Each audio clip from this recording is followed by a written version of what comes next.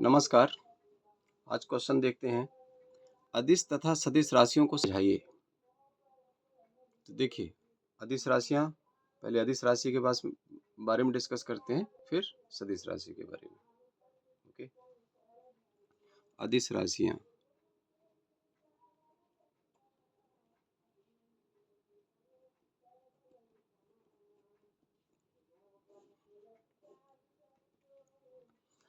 अदिश राशियाँ किनको कहेंगे?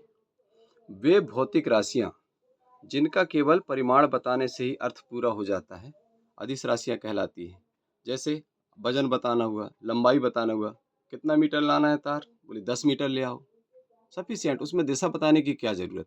मतलब ऐसी फिजिकल क्वांटिटी हैं, ऐसी भौतिक राशियाँ होती हैं जिनका आप केवल वजन बता दें, परिमाण बता दें, मैग्नीट्यूड बता दें और उनका अर्थ पूरा हो जाएगा। कोई आपसे नहीं पूछेगा भैया किस दिशा में लाना है ना? जैसे अगर आपने कहा जाओ थोड़ा धक्का लगाओ, बल लगाओ, तो कहेंगे भैया किस तरफ धक्का मारना है? ऐसा तो नहीं कि किसी भी डायरेक्शन में मारने लगे, वो कहलाएंगी सदिश राशियाँ। तो देखते हैं इसका क्या डेफिनेशन हो जाएगा। वे भौतिक राशियाँ, वे भौतिक राशियाँ जिनका केवल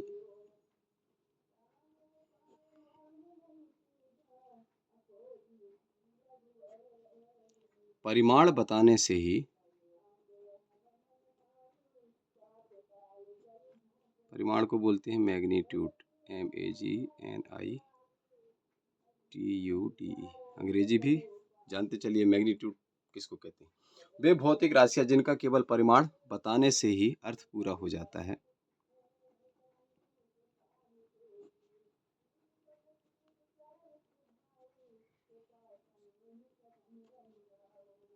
पूरा हो जाता है, हो जाता है, अदिश राशियाँ कहलाती हैं। बिल्कुल सिंपल है।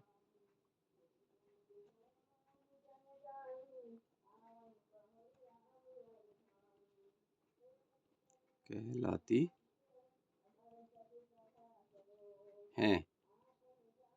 ठीक है, अब इसका उदाहरण दे दीजिए आप, उदाहरण लिख दीजिए। जैसे लंबाई, समय, चाल, ताप, विभव आदि। जैसे लंबाई, समय, ताप, टेम्परेचर किसी भी दिशा में चल देता है, कोई रास्ते की जरूरत नहीं है, वो हर दिशा में जा सकता है। ऐसे ही हमारा विभव हो गया और द्रव्यमान हो गया आदि, ये कहलाई अदिश राशियाँ। अब सदिश राशियाँ उनको कहते हैं जिनमें व्यक्त करने के लिए, बताने के लिए, समझाने के लिए परिमाण के साथ साथ कुछ दिशा बताना भी आवश्यक है, वो कहलाता है, वे कहलाती हैं सदिश राशियाँ। ऐसी फिजिकल क्वांटिटी जिनके जिनको डिफाइन करने के लिए, जिनको व्यक्त करने के लिए आपको उसका मैग्नीट्यूड, माने उसकी परिमाण, उसकी वजन, उसका ये ऐसे समझिए, परिमाण के साथ दिशा बताना भी, डायरेक्शन बताना भी जरूरी है, उसको बोलते हैं सदिश राशियाँ, वेक्टर क्वांटिटी। अब इसको इंग्लिश में क्या बोलते हैं वो लिख देता हूँ मैं आपको। Scalar, SCALAR, scalar quantities. ठीक है, और सदिश को क्या बोलते हैं? वेक्टर, सदिश राशियाँ, इसको बोलते हैं vector quantities, CATUR, vector quantities, QUANTITIES, quantities, सदिश राशियाँ। अब जैसे हमने इसमें डेफिनेशन बताया है, वैसे ही सदिश राशि के लिए बता देंगे। वे भौतिक राशियाँ जिन्हें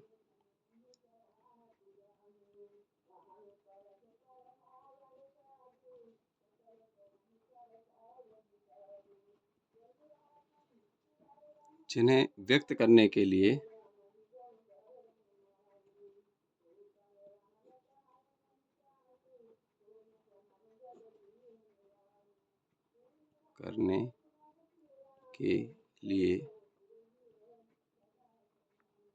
परिमाण के साथ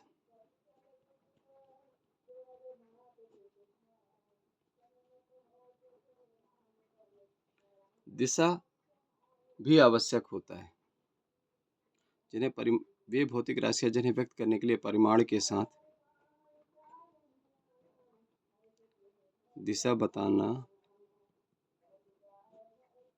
भी आवश्यक होता है।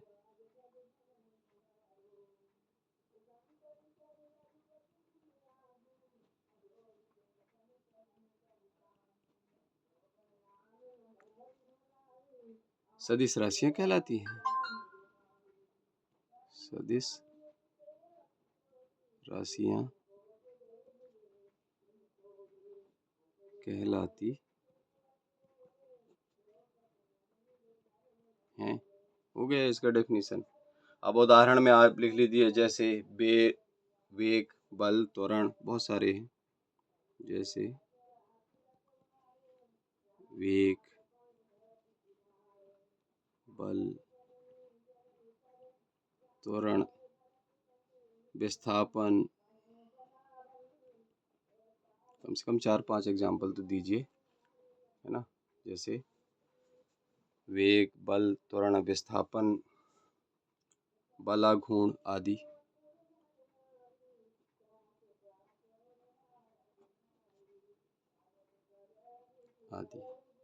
तो ये हो गया अदिश और सदिश राशियां। अब देखिए, सदिश राशियों को व्यक्त करते समय थोड़ा सा ये बता दें आपको, सदिश राशियों को व्यक्त करते समय तीर लगाकर हमको व्यक्त करना है। जैसे बल को देखिएगा, कैसे सदिश राशियों को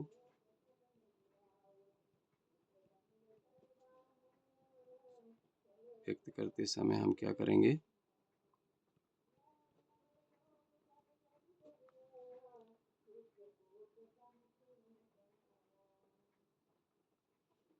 सदिश राशि को व्यक्त करते समय क्या लिखते हैं, सादे अक्षर के ऊपर तीर का निशान लगाना है। सादे अक्षर के ऊपर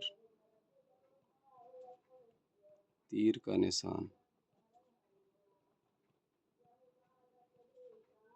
ये लगाकर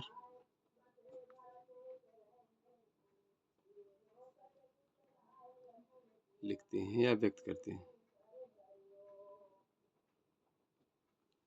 लगाकर व्यक्त किया जाता है। सदिश राशि व्यक्त करते समय सादे अक्षर के ऊपर तीर का निशान लगाकर व्यक्त किया जाता है, ऐसे लिख लीजिए।